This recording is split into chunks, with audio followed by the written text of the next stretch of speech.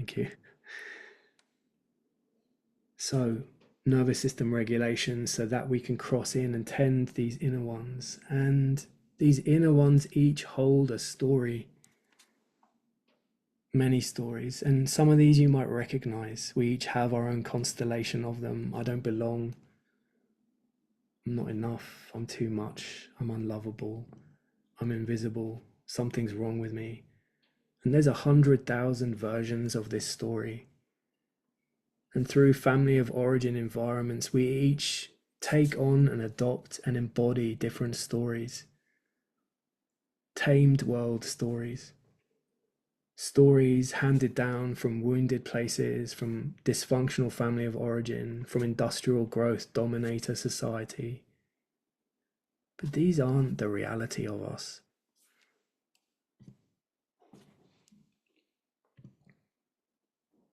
We inherit these stories that we don't choose.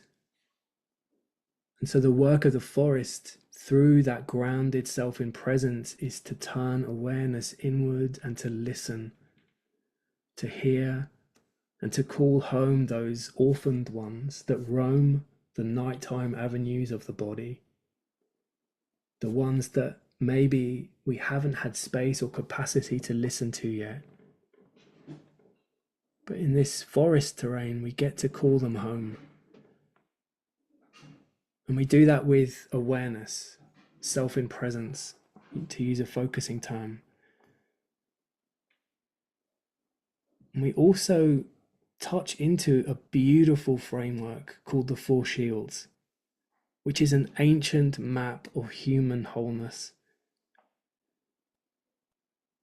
And it can be traced back to Mayan times, but its contemporary expression was taught to the School of Lost Borders by Hameyo Storm, a Cheyenne elder.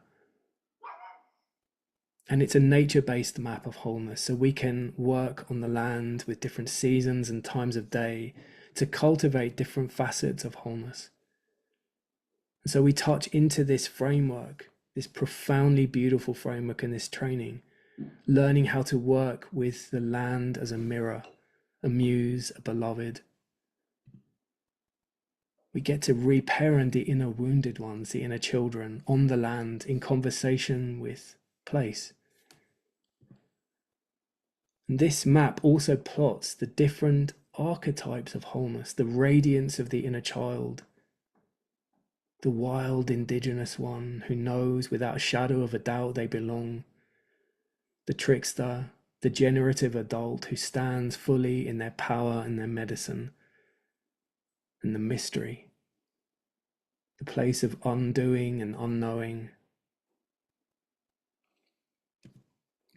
We learn to work with elders on the land that can hold all of us and our stories. And we get to be listened to and tended in a way that maybe was never possible in a family of origin the way it was.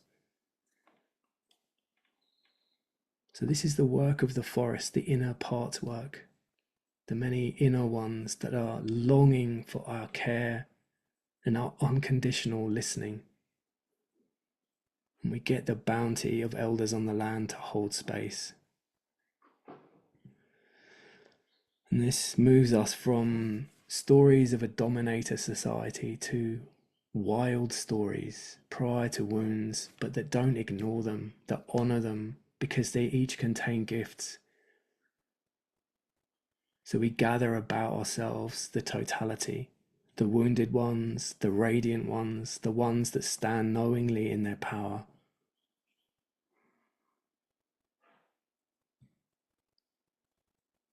And when we call home the inner lost and orphaned and disavowed ones, a different kind of space now opens. Because the inner landscape isn't filled with the white noise of the ones that need tending. And in that space, a different kind of conversation can unfold in the body. And that's a conversation embodied with place, with the land, with the earth, with a giant redwood or eucalypt or banksia, with the moon or a cave or swamp. This is a way of being in conversation that brings a deep sense of belonging.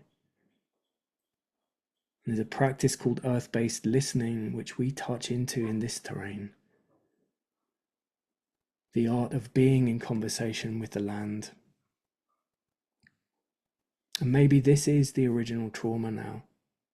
The sense of placelessness, of not belonging, of not being connected to the lands that we wander, and not knowing how to remember the connectedness that is innate.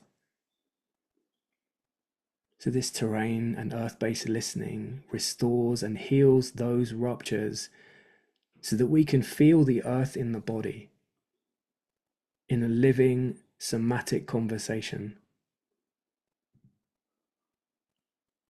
And that kind of conversation, because it's felt, isn't just two entities, a human and a place, a boulder, the earth, in conversation.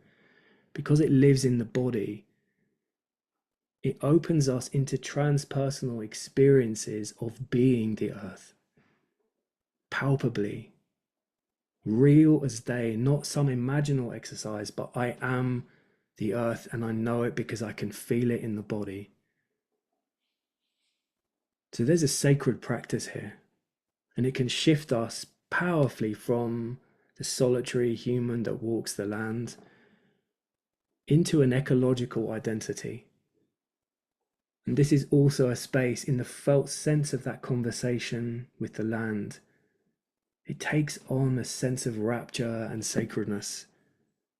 And the binaries of self and earth, self and boulder, self and star collapse into non-dual expressions of being.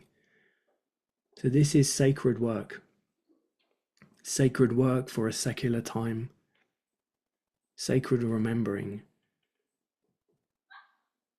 And the practice earth-based listening is also not new, it's ancient, something our ancestors would have lived and breathed, and that continues to live through indigenous traditions. And this flavor of it, earth-based listening, comes from my teaching and my experience as a focusing teacher. This is how I remembered. But there's many different traditions that live and breathe this.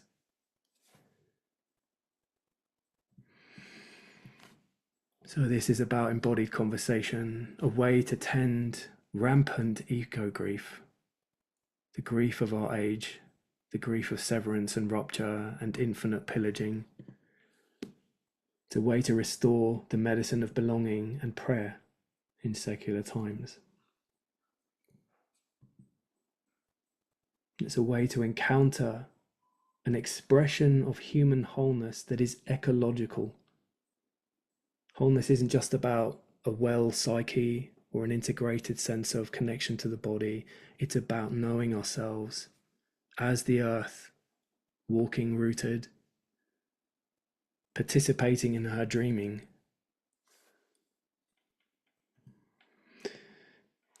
So, those are the 5 terrains, and there's a seed planted for each here, but there's a lot more that we cross over into in the 5 months of the training. And you probably gathered a sense of what I'm going to summarize now. But this work, this training brings together different ecotherapies. When Metavision invited me to create this training, I drew deep on the lineages of my own training, my own lived experience. And so it weaves together a really fragmented landscape.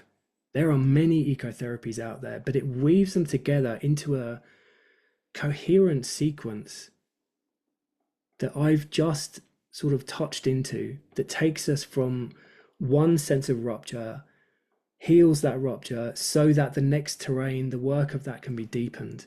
So it sequences in a really powerful way that takes us from nervous system dysregulation into a sense of slowness that yields the capacity to hold inner parts, that when they're called home, spaciousness is opened, that we can start to feel and participate in a conversation with place. So that sequencing deliberately weaves these practices together.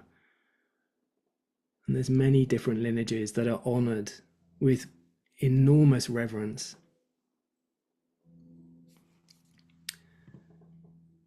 This training is also an invitation to step into different ways of knowing ourselves and the earth, because primarily we're locked in the mind.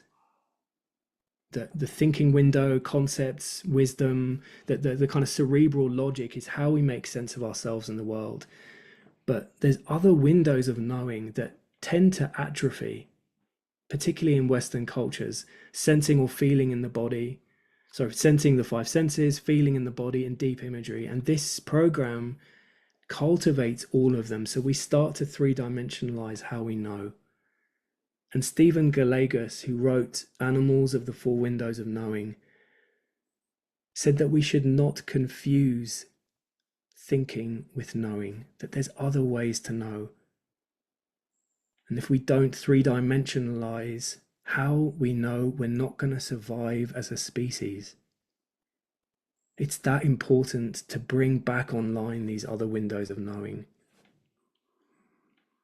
So we actively cultivate these other windows in this program.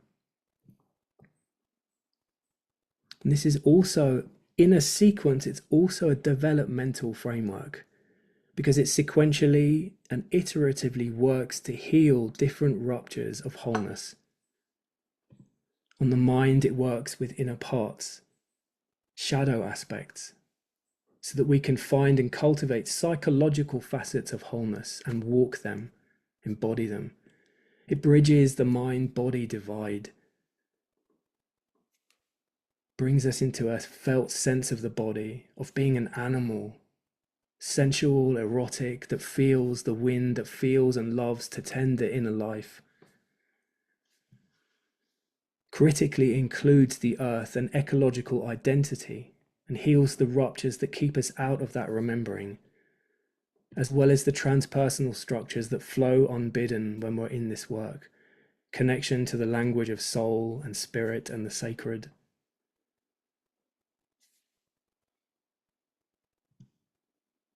This is also the five terrains, a toolbox you have at your disposal, tools for nervous system dysregulation, how to bring slowness.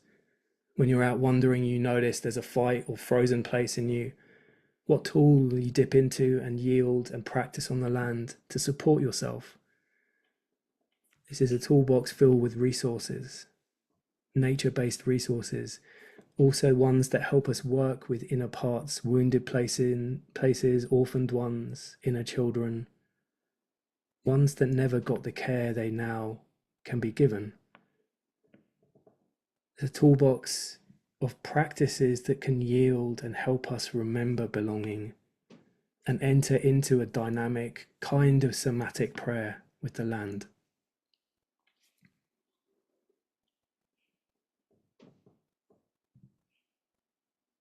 And maybe the most important thing is that, and the intention of this program is that it might change you. That this isn't just an academic framework, but it's something that lives in you. Each of these practices change you from the inside, but give you ways of being and living in ceremony in a culture that has forgotten how to do that, of how to enter into conversation across the species border, as Bill Plotkin says. And in the absence of those kind of conversations, there's a paucity here. We're bereft of the richness of participating in that way.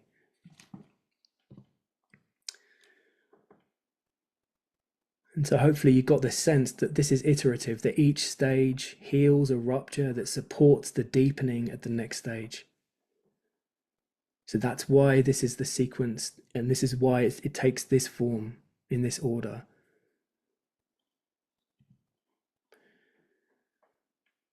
I think we're at the end of I won't talk about, I think I've said this enough. These are the different ruptures, the different forms of severance, the different pains that we live and breathe. In the trailhead, there's a sense of disenchantment. Our wounds have no meaning. Business as usual, industrial dominator stories abound.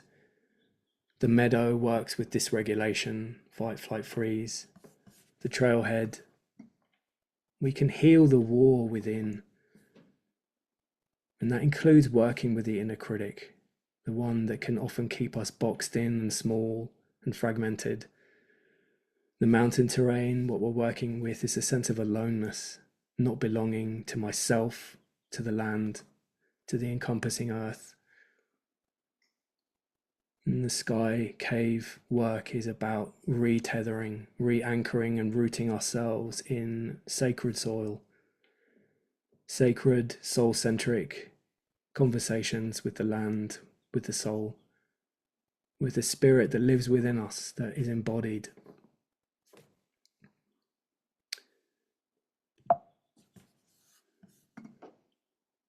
And it's a journey of 5 months. So we might look at some of the pragmatics or logistics of the course. It begins at the end of April and flows to the end of the year,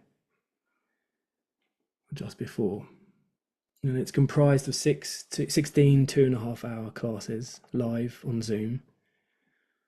So you can do this from your armchair or your beach house or your living room. It includes 3 guided ecotherapy walks where I guide you remotely by Zoom on the land near you. You find a place in the wilderness, a local park, even on your balcony. And I guide you in a 3 2.5-hour ecotherapy walks that touch into the different learnings to show you how these things can be sequenced if you're wanting to guide others or just take yourself out for a day or an hour. At a certain stage in the learning, you then transition from pure student into a practitioner, and that's where you are invited to lead your own practice walks with friends and family. And this is where the rubber hits the road. You take what you're learning and you start to pay it forward and offer it.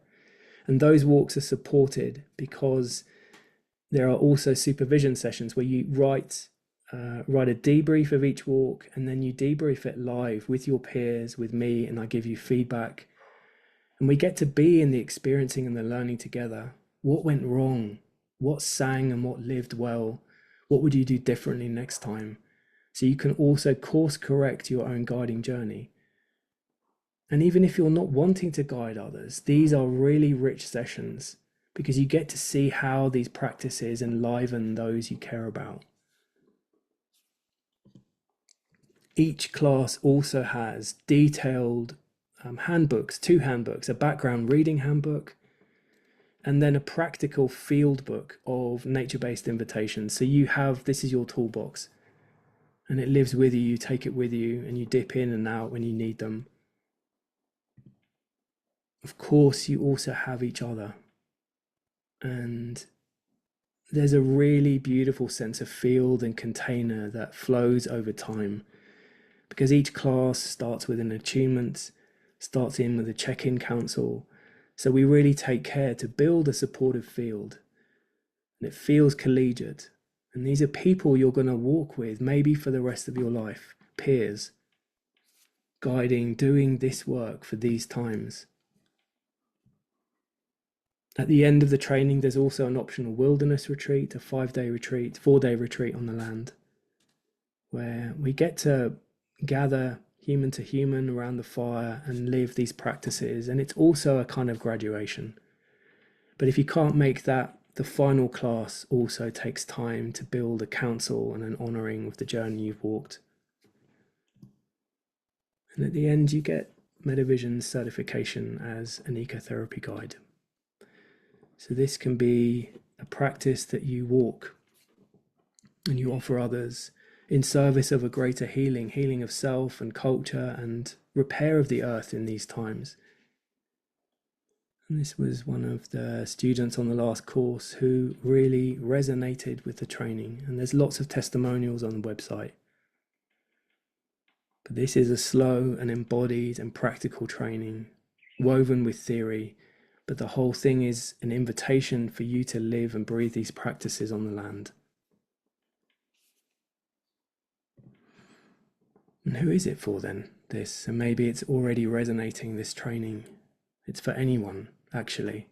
You might be a therapist or coach or an existing space holder, but it's for anyone wanting to deepen their own sense of healing and belonging on the land, or wanting to guide others into that work. Maybe you're an activist, maybe you're burnt out, and this brings ground beneath the feet, because if we get to listen to the dreaming and grief and longing of the earth, she can inform our waking actions. And that's part of the practice of earth-based listening, is to start to tune into that conversation with her. And John Seed, one of the founding fathers of the ecotherapy movement, but also the work that reconnects with Joanna Macy, deep ecology, he was asked why he was defending the rainforest from loggers, and he said, I'm not a human defending the rainforest, I'm the rainforest defending herself. I'm the rainforest defending herself. So there's a deep sense of connection that can yield meaningful action at the dawn of the sixth mass extinction through these kind of earth-based conversations.